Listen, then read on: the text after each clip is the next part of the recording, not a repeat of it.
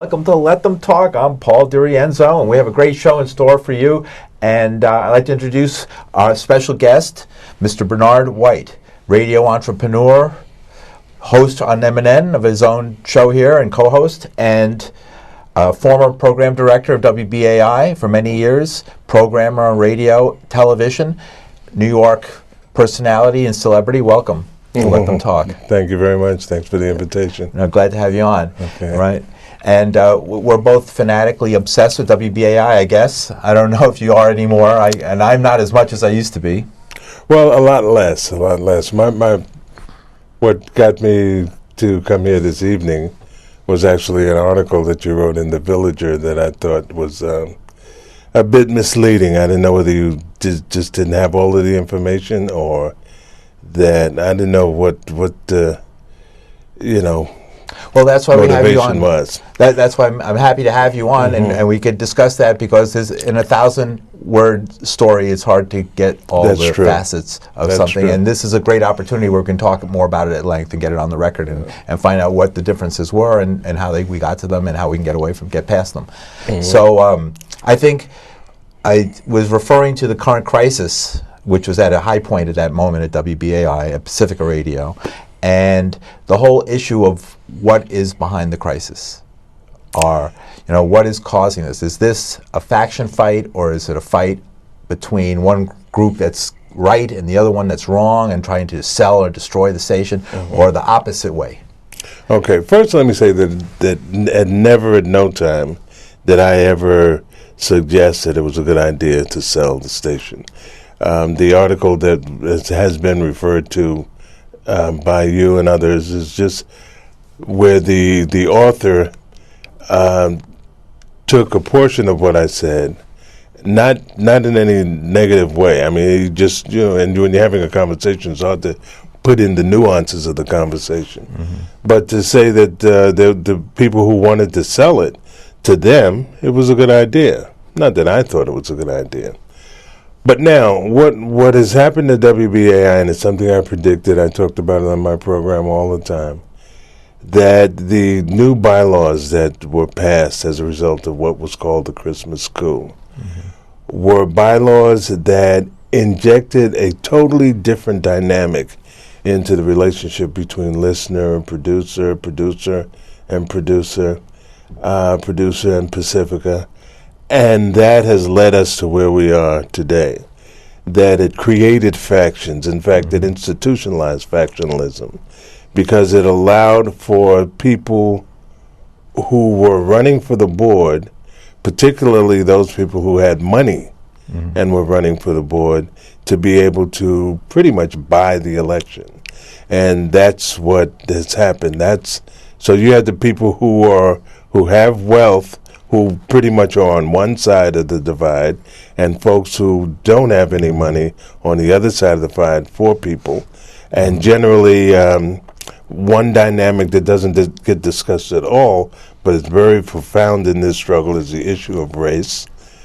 So you have these poor people on one side, primarily people of color, that's where they reside, and then you have this other faction that has a lot of wealth, and they have pretty much, at least for a while there, I don't know what the status is now, bought control of the election. And they bought control of both Pacifica and WBAI. And they took control back in around 2008. And once they took control in 2008, they began to systematically go throughout the network, firing primarily men of color. When you look at what happened in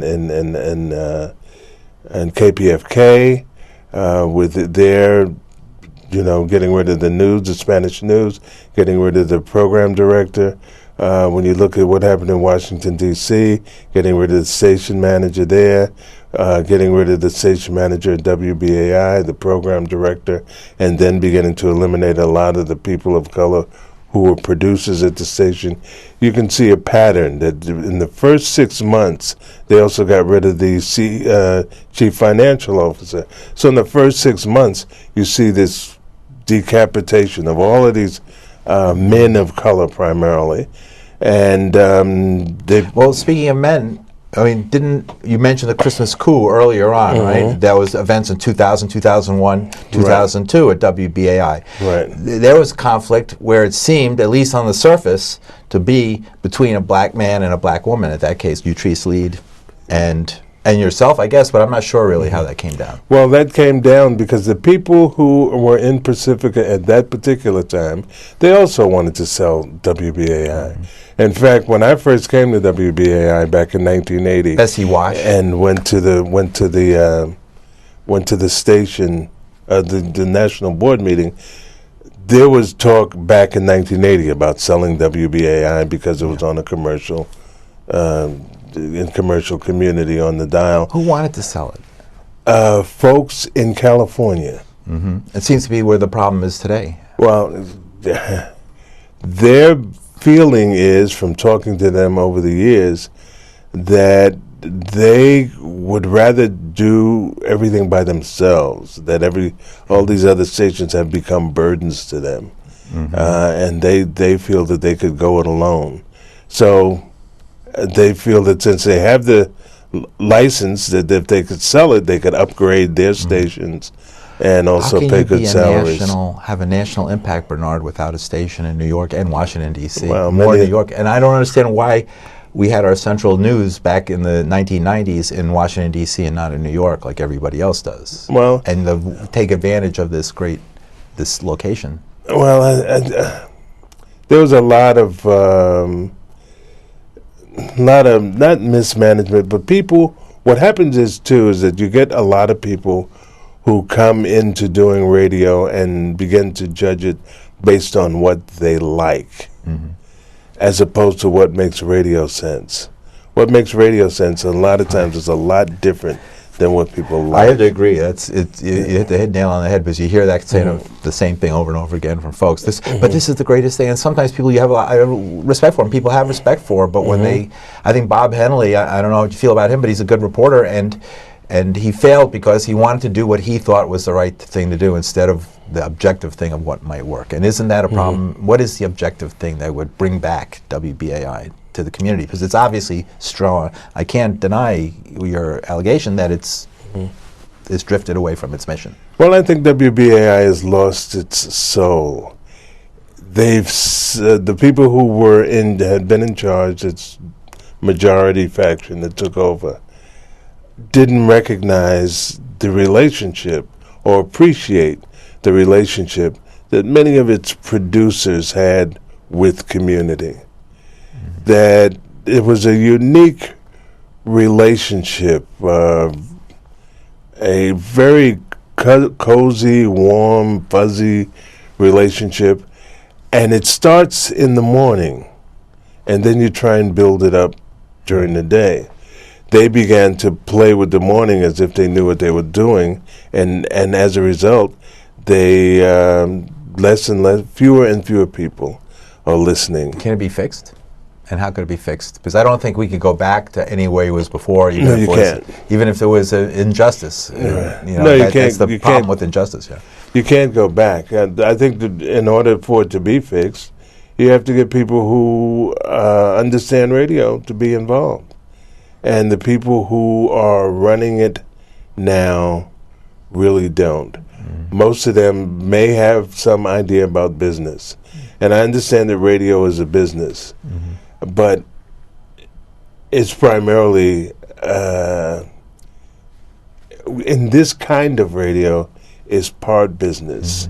Because if you don't have the product to present, I don't care how you market it. You can put it on the side of buses and in the subways, but if it's not what people want to hear, want to invest in, they're not going to. They vote with their feet or their dial button fingers nowadays. Now tell me, Bernard, we've talked a lot about BAI and all that. I want to talk about you for a moment and learn. Let's learn a little bit about yourself. And you're a lifelong New Yorker, or did you move to New York? Tell me about how you came to be in radio and how you came to be at WBAI. Well, lifetime New Yorker.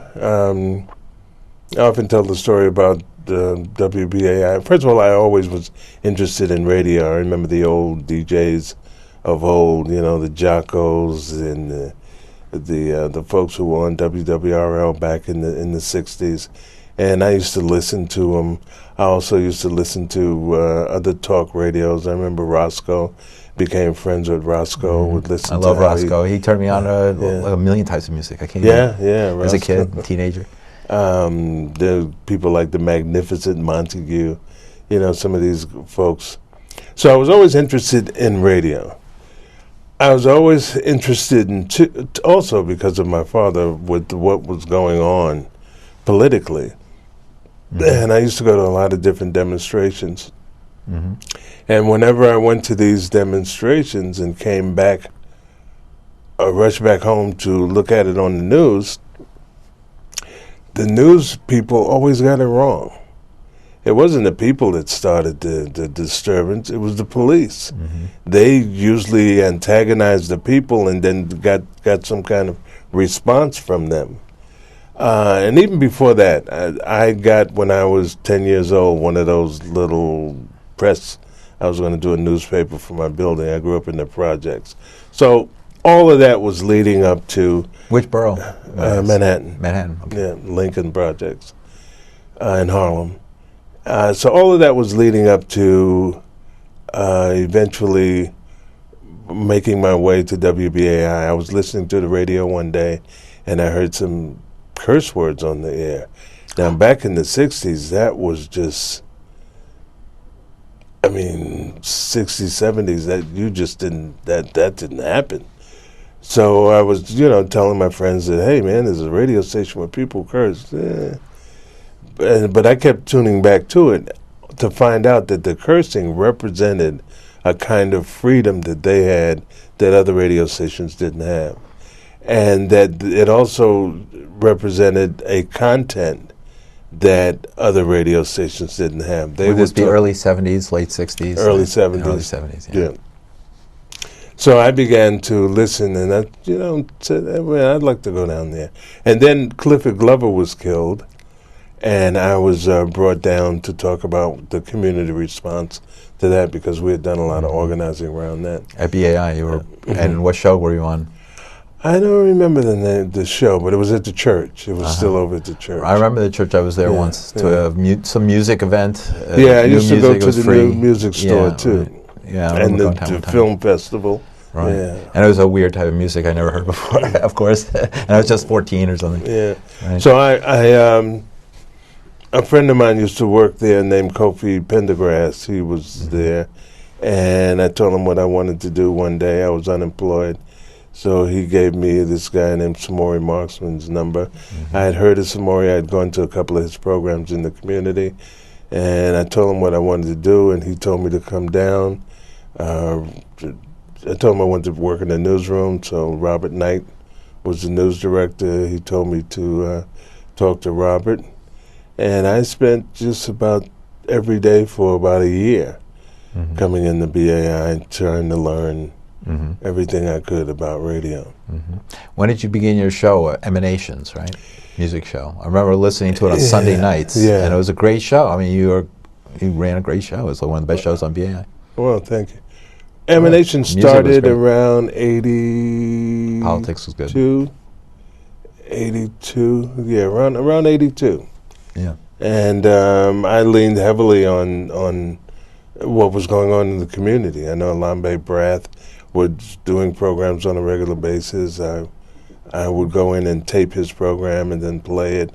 Whenever Somaris did a program, I would tape that and play it.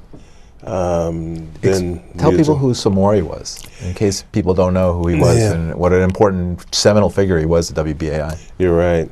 Somaris Marksman was a program director at WBAI who brought to WBAI a lot of credibility, a lot of contacts. He was well known around the world, particularly amongst liberation struggles.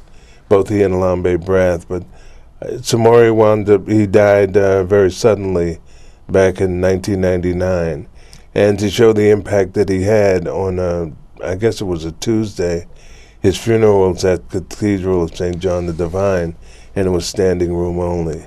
And this is for someone who worked at a community radio station. So that shows the kind of impact he had with the people. And that also shows the kind of relationship that BAI had developed with this community, progressive community here in New York City. What was Somaris' politics? How would you could you define his politics? I think he was a Marxist, an internationalist, an African internationalist, that he believed that there is a group of people who are trying to control everybody, trying to control all the resources, and that they're murderers, that that people need to know that they're there so they can begin to fight them. Mm-hmm. It was his death was an earthquake in the WBAI world. It changed a lot. The station was never the same after that. That's true. He had he was like the center of the wheel, holding the spokes together in a way, for a long time, many years. Well, what BAI is, if you want to learn about ego, one of the places that you can do that is at WBAI. Well, how about Amy? Speaking of ego, but also a great programmer, the relationship between Somaris and Amy Goodman. I thought that was interesting. Yeah. Well, what used to happen is that Amy Goodman, who was just an excellent student before she became a teacher, she would come in and ask a lot of questions. Mm-hmm. About what was going on. When she was in the newsroom. When she was in the newsroom, and even when she just started Democracy Now! Right. Well, which started out as 100 Days of Congress. I think that was the name of it. That was during in the 90s, during the, wasn't that when Newt Gingrich was trying to pass the Contract for America or something? That was around that time. Right. That was the precursor to Democracy Now! And she would lean on him very heavily to get information about what was going on around the world, and he would share with her his contacts about with people who were actively involved in bringing about social change. And then Amy had her own. I always told her she had a lot of heart because she went places that I wouldn't go. She would risk her life going to places as a journalist, a foreign correspondent type journalist. Like, for example, we saw the tragedy that happened to the 2 AP reporters in Afghanistan. It could be a very dangerous job. And it's hard to get sympathy because you're going to the place where everybody's running away from, right? Yeah. And you're getting paid to do it. Yeah. And you like doing it. What she did with East Timor, she and Alan Nairn, that was great. A witness, really, right? She was a witness to the massacres that occurred there. Right. Also, she and Jeremy Scahill went to Nigeria to look at the drilling of the Gulf oil. Going to into Mexico with when they were having their political struggles. Going into South America to visit the woman who was in jail. I can't remember her name, but yeah, she had a lot of heart, did a lot of traveling, and she's earned some respect. The way she's handled Democracy Now!, separating it from Pacifica as its own entity, and then having this very strong contract with Pacifica that gives her a tremendous amount of support. That's come under while it had the support of the board and membership at the beginning. Recently, there seems to be some feeling of buyer's remorse on the cost of that contract, especially how it deals with WBAI and the fact that Pacifica owes her about $2 million. Well, I don't know whether it really had the support of the board. I think it had the support in the beginning of strategic board members, people who were strategically placed to make that decision. Correct. And that I could see how Democracy Now! Would want to separate itself from the madness in anticipation of what happened in 2000 happening again. And I could see how they would want to separate themselves from that. But when they did that, they also took away a lot of the strength, a lot of the resistance to it happening, because the people who are directly involved with the separation of democracy now from Pacifica were also involved in getting Pacifica back at the end of with the coup in 2000. Mm-hmm. So this time, when there was another attack on WBAI, those folks were gone. They had their own thing. Mm-hmm. They don't want to have anything to do with what's going on at WBAI. If they lose their great outlet in New York City, WBAI, mm-hmm. Again, it comes back to what I earlier said, question I asked earlier about the role. Why wouldn't Pacifica want a healthy, strong WBAI and have a New York City outlet for their information if they want to have national impact? I mean, democracy now without New York City, and they'll have MNN, which is great if you can afford cable, but on WBAI you could just tune it in and listen to it for nothing. Oh, they'll be picked up somewhere. They'd be replaced in New York on the radio. Some other radio station would pick them up. Somebody if they lost BAI. Yeah. But would they get the money? Would they get the support, the financial support that they've gotten? Oh, well, I don't know. They have developed an empire that has greater wealth than Pacifica. Right. Okay. They have. That's interesting. They have about $13 million in their coffers right now, or more. So they've done quite well. Mm-hmm. Is that a result of hard work and success? It's a result of hard work, success, and a Cadillac contract. And how they got that Cadillac contract is still an issue after all these years, right? Oh, it will. I think it will. It sort of makes sense how they got it, but still how it's continued on and on and on. Yeah. Right, in this way, you would think that you could renegotiate a contract in order to fit it into the new realities that you face, and it seems like it's the renegotiations can't happen for some reason. Yeah. I mean, I don't think that Democracy Now! Will ever call Pacifica in on its debt. I don't think they'll do that. No, but it's as long as it's on the paperwork, they have to argue about it. Oh, no. Aren't you happy to be gone? Do you want to go back? No. I did that. I was there. I think that while I was there, I was part of a group that really produced some good programming. We were able to stimulate the listenership. We were able to grow the listenership. And we raised a lot of money for the station. And I've done my part. Mm-hmm. What are you doing now? Tell us about the radio station. You say you own a radio station now? Well, yeah, I'm part owner of a radio station, CPRmetro.org, which is community progressive radio. And how do people get in touch with that? Well, you can go on the internet, CPRmetro.org. We were doing videos up to a little while ago. We're going to get back to doing that. Mm-hmm. But if folks are interested, CPRmetro.org is how you can get in touch with us. You can contact us at cprmetro@gmail.com. Mm-hmm. So it's and it's growing. Right. It's growing. And you participate in some shows here on MNN as well? I also have been host for, the last 12 years of a show called Radio Vision. I also work with Melvin Simmons and doing programs called Sacred Expressions and Community Roundtable. So I stay busy. Mm-hmm. So I had it wrong. You do not want to sell WBAI. I totally had it wrong. I totally missed it. Well, it happens to the best of us. Yeah. I missed it. All right, this man does not want to sell WBAI. But I can see how you can fall victim to that because there are people who've been constantly saying that, Yeah. So at some point you listen, and you say, okay, I got to say something. So. Mm-hmm.